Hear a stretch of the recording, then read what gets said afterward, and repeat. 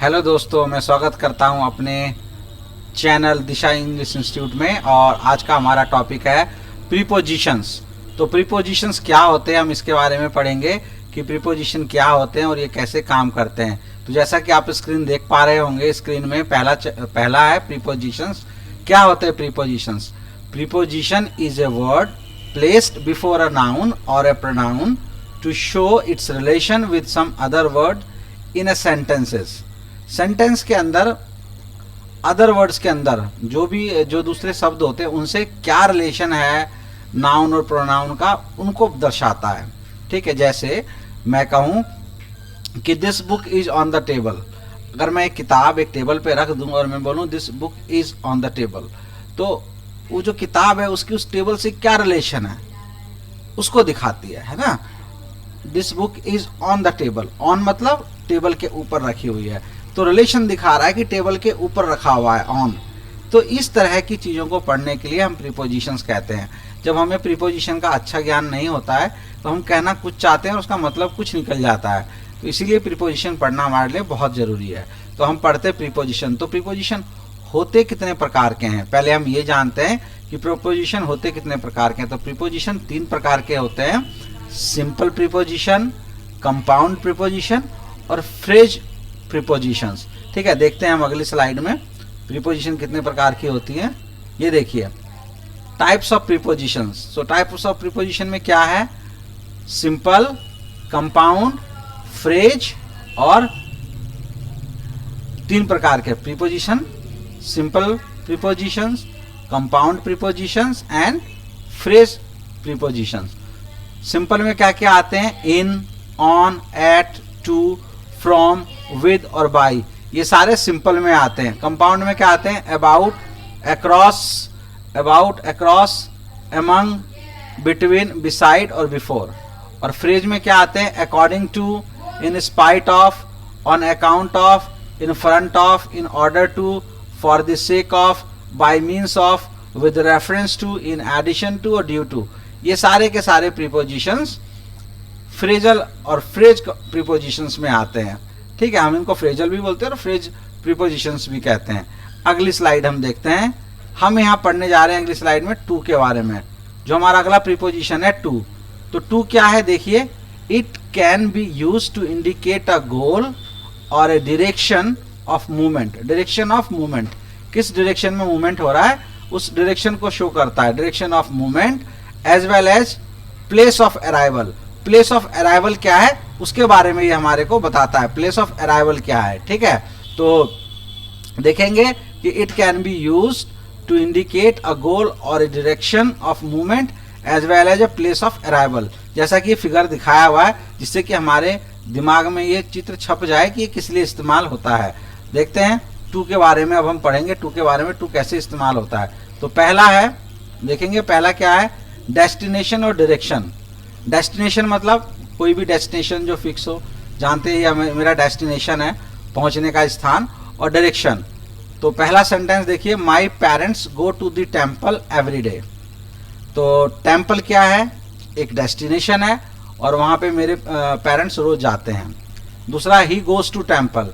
He goes to temple मतलब वह रोज मंदिर जाता है। मंदिर क्या है? एक टेम्पल है, नाउन है, और टू आ गया उससे पहले, है ना।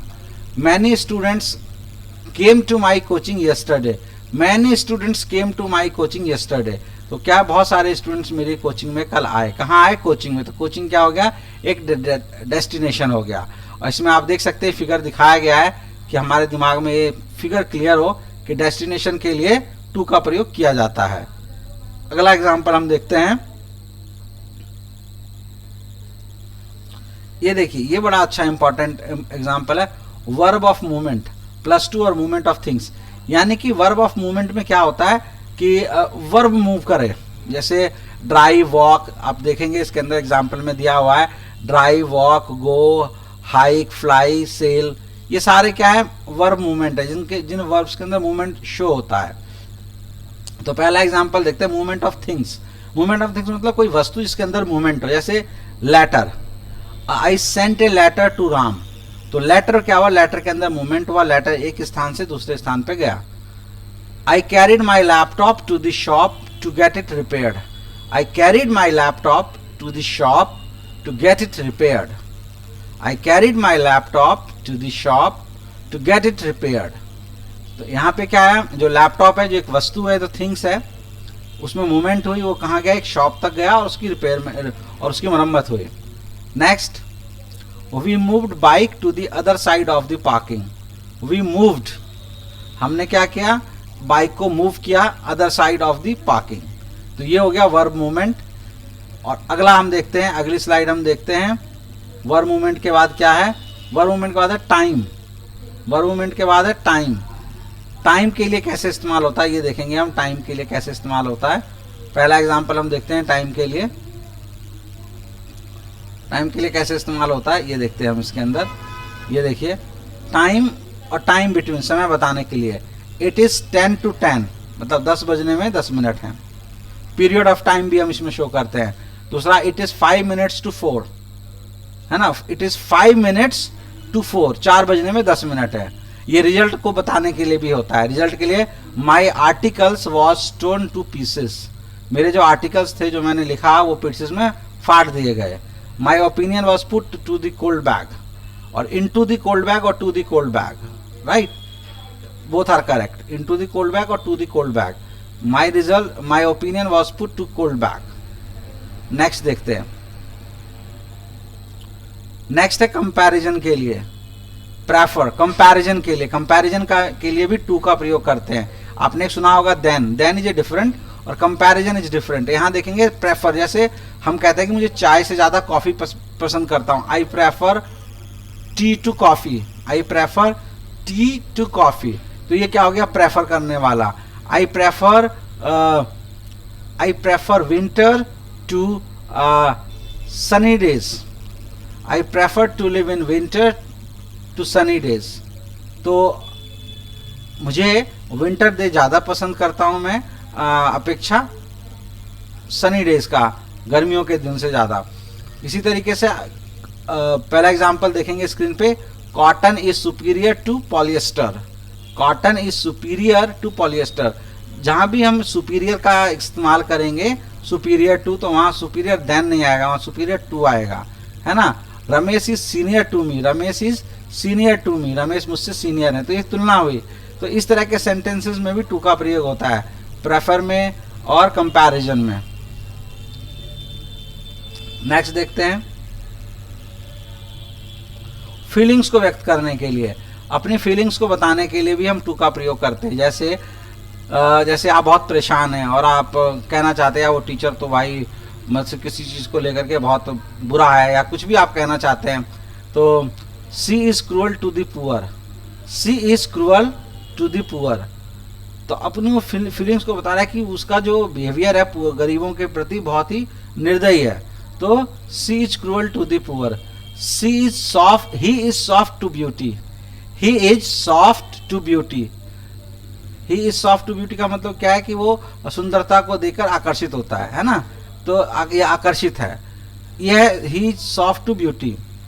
ही इज स्ट्रिक्ट टू डिसिप्लिन, वह डिसिप्लिन के प्रति बहुत ही, कहते हैं ना कि फौजी लोग जितने होते हैं वो डिसिप्लिन को बहुत फॉलो करते हैं। तो he is strict to discipline, वह डिसिप्लिन के साथ बहुत ही स्टिक हैं, बहुत ही बंधे हुए हैं।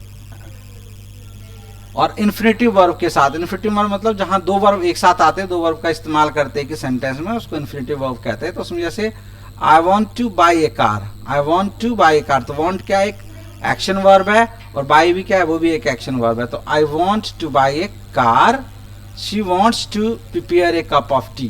तो इसके लिए भी टू का प्रयोग किया जाता है। आगे देखते हैं। अब हम देखेंगे कि कहां पे टू का प्रयोग नहीं करते हैं। जैसे एक वर्ड है हियर एंड देयर, हियर अलग है, देयर अलग है। जैसे कि I do not come to here, this is a wrong sentence, to नहीं आएगा यहाँ पे। I come to here, I come here, to word नहीं आएगा। I come here, I go there, I go to there, that is also wrong, we can not use to. इसी तरीके से home से पहले टू का प्रयोग नहीं होगा। I go to home is a wrong sentence, I go home, I go home, she goes home, ये करेक्ट वर्ड है। लेकिन हाँ, अगर आप इंटेरोगेटिव बनाएंगे तो होम के साथ टू का प्रयोग आ सकता है, ठीक है, इंटेरोगेटिव में और नेगेटिव में। और anywhere, underground, inside, outside, downstairs, upstairs, इन सारे सेंटेंसेस से पहले टू का प्रयोग नहीं होता है। तो ये था दोस्तों टू का प्रयोग। तो मुझे उम्मीद है कि आपको टू समझ में आया होगा।